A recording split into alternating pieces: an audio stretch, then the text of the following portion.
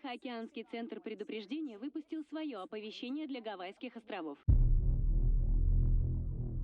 Это должны были увидеть. Школы, торговые центры, колледжи и... Я объяснял, что произойдет, если вы не выберете. Мой отец часто меня избивал, как Эндрю только что. А можно мне? Надеюсь, я вас не запутаю.